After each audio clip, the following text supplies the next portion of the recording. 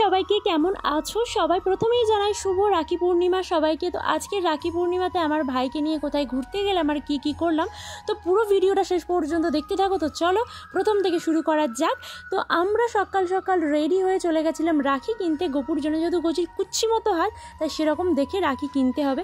তো আজকে আমরা যাচ্ছি গোপুকে নিয়ে গোপুর সবচেয়ে প্রিয় জায়গা বৃন্দাবনে, কারণ গোপুর প্রত্যেকটা অনুষ্ঠানই ওর নিজের প্রিয় জায়গাতে যদি পালন করা হয় তাহলে ও সবচেয়ে বেশি খুশি হয়। তো তারপরে আমরা ঝটপট গাড়ি করে চললাম স্টেশনে।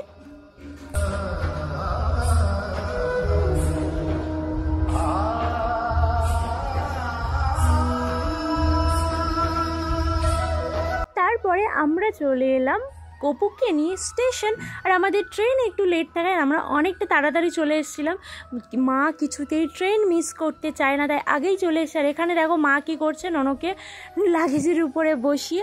তো এইভাবেই আমার বাবুকে নিয়ে স্টেশনে খেলা করছিলাম, কারণ ট্রেন আসতে একটু লেট হচ্ছিল। আর ওকে আর ও এতটাই ভারী হয়ে যাচ্ছে দিন দিন, কোলে আর পারছে না, তাই লাগেজের মাথার উপর বসিয়ে রেখেছে। তারপরে আর কি ট্রেনের অ্যানাউন্সও করে দিয়েছে মা এবারে যাচ্ছে, নিজের ছেলেকে কোল ছাড়া করবে না। আর এদিকে দেখো আমাদের ট্রেনও এসে গেছে। আর এদিকে আমরা মথুরা স্টেশনে নেমেও গেছি। তো যেহেতু দিল্লি থেকে মথুরা স্টেশন খুব একটা বেশি ডিস্টেন্স নয়, ওই ট্রেনে লাগে প্রায় 1 ঘন্টা 20 মিনিট মতো, তাই আমরা ঝটপট স্টেশনে এসেও গেছি। আর এটা মথুরা স্টেশন। আর আমাদের আজকে একটু তাড়াও আছে, কারণ আমরা আজকের একদিনেই ফিরে আসছি, আজকে আমরা থাকবো না রাতে, তাই চটপট করে গাড়ি বুক করে নিয়ে আমরা চললাম। তো আজকে যাব আমরা বৃন্দাবনের গিরি গোবর্ধন, কারণ বৃন্দাবনের প্রত্যেকটা সাইড মোটামুটি ঘোরা হয়ে গেছে, 2-3 বার করে হয়ে গেছে, খুবই ভাগ্যবশত। তো আজকে গিরি গোবর্ধনটাতে যাব। আর গিরি গোবর্ধনে যাওয়ার আরেকটাও উদ্দেশ্য আছে, ভাগবতকে দেখার। তোমরা ভাগবতকে কম বেশি সবাই চেনো, বাচ্চা ছেলেটা যে ভগবানকে এতটা ভালোবাসে। তো আমি শুনেছি ওর বাড়ি গিরি গোবর্ধনেই ওর বাড়ি, তো দেখার তো ভীষণ ইচ্ছে করছিল, তাই আমরা আগে ফার্স্ট এখানেই এসেছি। আর এটা হচ্ছে রাধা কুণ্ড, আর পাশেই আছে শ্যাম কুণ্ড। তো এখানে স্নান করতে হয়। তো মা তো আমাদের বাড়ি থেকে বলে আসেনি যে এখানে স্নান করতে হয়, কিন্তু এখানকার পুরোহিত বলল যে বৃন্দাবনে কি সিনেমা চলে নাকি, যে এখানে সিনেমা দেখতে সেখানে তো এগুলোই হবে, স্নান করবে, পুজো করবে, তাছাড়া কি আছে এখানে, তো ভগবানকে দেখবে আর কি। তো তাই ঝটপট করে স্নানও করে নিলাম। ফার্স্ট বোন আর মা স্নান করলো, তারপরে আমি করব। তারপরে বোনের স্নান করা হয়ে গেলে আমি চলে গেলাম স্নান করতে। আমার ভীষণ ভয় লাগছিল স্নান করতে, কারণ অনেকটা গভীর ছিল, তাই মা আমাকে ধরেছিল, আমি শিকল ধরে ধরে স্নান করছিলাম। তারপরে আমরা স্নান করেছি, কিন্তু আমাদের সোনাটাকে স্নান করাতে হবে, তাই সুন্দর করে ওকেও স্নান করিয়ে দিলাম। আর দেখো পুচকে মতো জলে ডুবছে আর উঠছে। আর এখানে না ভিডিও করাটা খুবই চাপের, কারণ এখানে চারিদিকে প্রচুর বানর। আমি যে ভিডিওটা করছিলাম ভয়ে ভয়ে রীতিমতো, কারণ দেখতে পেলেই নিয়ে চলে যাবে, চশমা ফোন একদম ওরা এগুলো পছন্দ করে না। এই বৃন্দাবনে ভিডিও করাটা ভীষণই চাপের। যারা এসছো তারা অবশ্যই জানো যে এখানে ফোন বের করা, চোখে চশমা বা সানগ্লাস কিছু ভীষণই ভয়ের, মানে খুলে নিয়ে চলে যাবে রীতিমতো। তো সেই জন্য আমরা ওগুলো একটু কমই করছিলাম। আর তারপরে ভাইয়ের প্রচণ্ড খিদে পাওয়াতে আমরা চলে গেলাম মিষ্টি কিনতে। আর এই মিষ্টিটা হচ্ছে এখানকার ফেমাস মিষ্টি, এর নাম আই থিঙ্ক ঘেবর। তো আমি যদি ভুল বলে থাকি অবশ্যই তোমরা কমেন্ট করে জানিও যে এর সঠিক নামটা কি। তারপরে আমরা মিষ্টি কিনে নিয়ে বাবুর জন্য আমরা সোজা চলে গেলাম হোটেলে, কারণ বাবুর প্রচণ্ড খিদে পাওয়াতে তাড়াতাড়ি করে এসে বাবুকে সুন্দর করে আগে খাওয়াতে হবে, কারণ এরপরে ওকে রাখি বাঁধবো, তারপরে আমরা আবার ঘুরতে বেরোবো, আমরা আবার বাড়িও ফিরবো আজকে। তাই তাড়াতাড়ি মাকেও একটু রেডি করিয়ে দিলাম ছেলের সাথে। তারপরে ভাইকে সুন্দর করে মালা পরিয়ে ভাইকে সুন্দর করে সাজিয়েও নিলাম, নিয়ে ভাইকে সেবাও দিয়ে দিয়েছি, কারণ ওর প্রচণ্ড খিদে পেয়েছে, আমাদের সাথে সকাল থেকে না খেয়েই ছিল।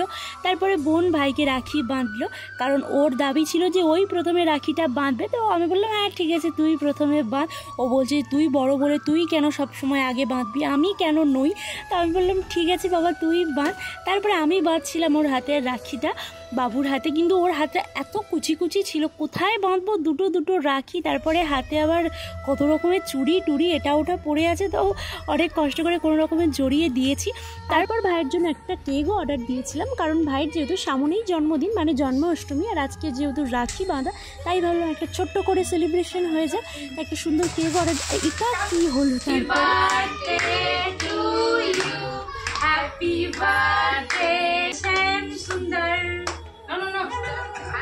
তারপরে আমরা সবাই সেলিব্রেশন করে কেকটা তো খেয়ে নিলাম। তারপরে খাওয়া দাওয়া কমপ্লিট করে আমরা গপুকে সাথে করে নিয়ে ঘুরতে বেরিয়ে পড়লাম। আমরা প্রথম যাব গিরি গোবর্ধন পরিক্রমা করতে, তার জন্য তিলক সেবাও করে নিলাম, কারণ বৃন্দাবনে থাকবো আর তিলক পরবো না, ভীষণ ফাঁকা ফাঁকা লাগে সব কিছু। তো তিলক পরাতে যে না এবার ঠিকঠাক মনে হচ্ছিল। তো তারপরে আমরা বেরিয়ে গেলাম পরিক্রমা করতে। তো এখানে গিরি গোবর্ধনে আসে সবাই পরিক্রমা করার জন্য, কিন্তু পরিক্রমা করে সবাই পায়ে হেঁটে। আর এই পুরোটা যদি পরিক্রমা করতে হয় পায়ে হেঁটে তাহলে প্রায় টাইম লেগে যায় 7 থেকে 8 ঘন্টা। কিন্তু আমরা যেহেতু আজকে ফিরে আসছি তাই এত টাইম যেহেতু না থাকাতে আমরা গাড়িতে করেই পরিক্রমা করেছি। কিছু করার নেই, ভগবান রাগ করো না আমাদের উপর। তো তাই আমরা গাড়িতে করেই পরিক্রমাটা করি। চলো।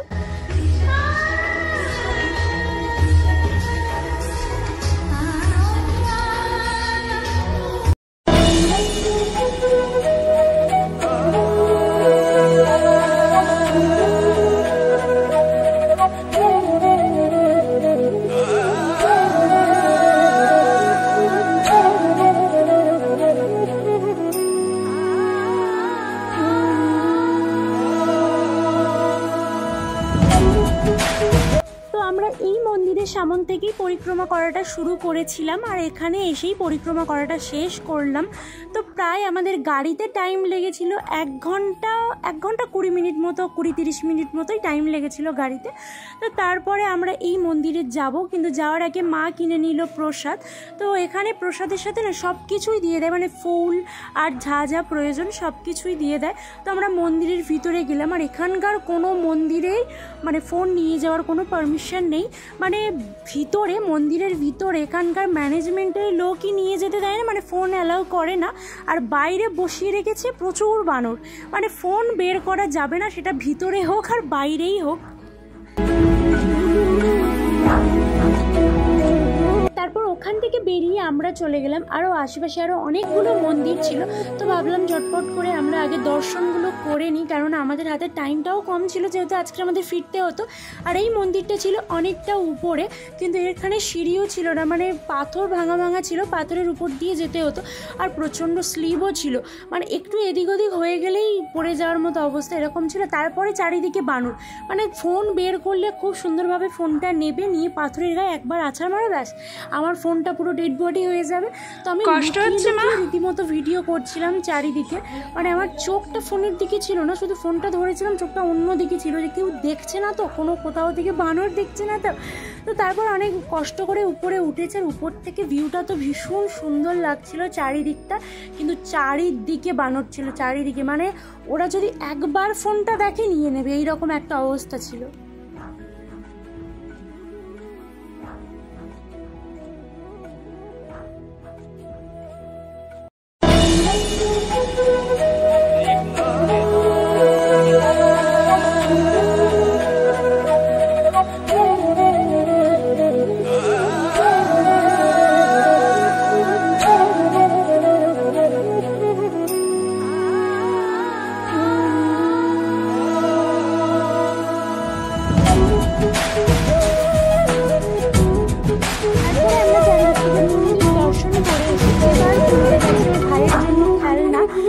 বদমাইশের জন্য খেলনা তো কিনতেই হবে, নইলে আবার রাগারাগি শুরু করে দেবে বাবু। তো ওর জন্য আমরা দেখছিলাম খেলনা যে বাবুর জন্য কি নেওয়া যায়। তো এখানে অনেক রকমের জিনিস ছিল, ওর প্রচুর জিনিস ছিল। তো মা বলছিল আর একটা বড় গপু ভাইকে নেওয়ার জন্য, মানে অনেকটাই প্রায় বড়। তো আমি বলছিলাম এখন নিতে হবে না, তুমি পরে নিয়ে। তো ওর জন্য জিনিসও দেখছিল। তারপরে আমরা চলে গেছিলাম জুয়েলারি দেখতে গপুর জন্য। তো ওর জুয়েলারিগুলো তো ভীষণই কিউট, মানে যেরকম দেখতে সেরকম ছোট, মানে বানায় কীভাবে এত ছোট ছোট জুয়েলারি। তো তারপরে বাবুর জন্য, আমি যেহেতু সামনে জন্মাষ্টমী তাই ভাবছিলাম বাবুকে কিছু একটা গিফট দেবো। তো তার জন্য এই দোলনাটা দেখছিলাম ওর জন্য, কারণ ভেবেছিলাম ফার্স্ট ওকে ড্রেস দেবো, কিন্তু ওর যেহেতু প্রচুর ড্রেস, মানে ওর যে ড্রেস কালেকশন, মানে আমার মনে হয় না যে আমাদের পুরো ফ্যামিলির অত ড্রেস আছে। তো তার জন্য মা বললো ড্রেস আর তুই দিস না, তুই একটা বাবুকে দোলনা কিনে দে, কারণ বাবুর দোলনা একটা ছিল, তো সবসময় একটা দোলনাতে বসতে কার ভালো লাগে, তাই ওর জন্য আরেকটা দোলনা দেখা হলো, ওটা নিয়েছি। তারপরে বাবুর জন্য একটা মিরর দেখছিলাম, কারণ ও সিঙ্গার করার পর ওর নিজের মুখটা নিজে দেখতে ভালোবাসে। আমরা সাজিয়েছি বলে ভালো লাগছে বলে ওটাতে খুশি হয় না, ওর নিজের মুখ নিজে দেখবে, তারপরে কিন্তু ও খুশি হবে। তো তার জন্য ওর জন্য একটা আয়নাও দেখা হচ্ছিল। পরে এখানে বাবুর জন্য দেখা হচ্ছিল যে বাবুর বসার যে জায়গাটা, মানে এখানে মাঝে মাঝে বসবে, একটু এক কাপ চায়ের সাথে এখানে বসবে, কিন্তু এটা ভীষণ হালকা ছিল তাই আর নেওয়া হলো না। কিন্তু বাইরে বেরিয়ে দেখলাম ফুচকার, আমি যেখানে যাই না আমার ফুচকাটা টেস্ট করতে ভীষণ ভালো লাগে যে এই জায়গার ফুচকাটা কেমন। তো ফুচকাটা মোটামুটি ভালোই ছিল, কিন্তু তারপর বাবুর জিনিস কেনাকাটি করতে করতে প্রায় অনেকটা সন্ধ্যা হয়ে গেছিলো। আর সন্ধ্যা হয়ে যাওয়ার পরে এই মন্দিরটা তো আরও ভীষণ ভালো লাগছিল দেখতে, সেটা তোমরা দেখতেই পাচ্ছ যে কত সুন্দর লাগছিল দেখতে। কিন্তু আমাদের তো এবার যেহেতু ফিরতে হবে, তো তারপরে আমি বাবুকে কোলে করে নিয়ে গাড়িতে বসলাম। আর দেখো ও চলে যাচ্ছে বলে ওর মনটা কতটা খারাপ, মানে চোখ দুটো না পুরো ছলছল করছিল। আমরা সামন থেকে দেখেছি তো, তাই আমরা বুঝতে পারছি যে সত্যিই ওর মন খারাপ ছিল, কিন্তু কি আর করা যাবে, আবার আমরা অন্য কোনো একদিন আসবো। তো চলো আজকের মতো তুমি বাড়িতে চলো। তারপরে বাবুর সাথে গল্প করতে করতে আমরা চলে এলাম স্টেশন। আর স্টেশন এসে আমার বোনের তো প্রচণ্ড ঘুম পেয়ে গেছে, বড় করে হাই তুলছে। তো তারপর আমাদের ট্রেনটা একটু লেটই ছিল, কারণ ট্রেন ধরার কোনো চাপ ছিল না, তো তাই আমরা বাইরে ওয়েট করছিলাম। তারপরে দেখো বাবুর তো যেতেই ইচ্ছে করছে না, কিন্তু বাড়ি তো তোমাকে যেতেই হবে। হ্যাঁ বাড়ি যাবে না? না বাড়ি যেতে হবে, চলো বাড়ি চলো। তারপর আমরা অপেক্ষা করতে করতে আমাদের ট্রেন এসে গেল। আর এই ট্রেনটা না নিজেদের মনে হচ্ছিল, কেউ কোথাও ছিল না, তাই ফাঁকা ছিল। আমার মা তো শেষমেশ রীতিমতো শুয়ে গেছিলো, আমার বাবাও শুয়ে পড়েছিল, আমার বোনও শুয়ে গেছিলো, আমি একাই জেগেছিলাম। তো ট্রেনে কেউ ছিল না, তো ওনারা যে যার মতো একটা করে সিট নিয়ে শুয়ে গেছে। আর তারপর ট্রেন ছাড়তে না ছাড়তেই মাসিরাও এসে গেল, কিন্তু টাকা পয়সার ব্যাপারটা ঠিকঠাক করা হয়েও গেল। তারপরে মাসিরা সুন্দর করে একটু হাইও করে দিল। তো চলো আমরা চললাম বাড়িতে। ভিডিওটা তোমাদের কেমন লাগলো অবশ্যই জানিও কমেন্ট করে, যদি ভালো লাগে লাইক কমেন্ট করে দিও। দেখা হচ্ছে নতুন কোনো ভিডিওতে। আজকের মতো রাধে রাধে সবাইকে।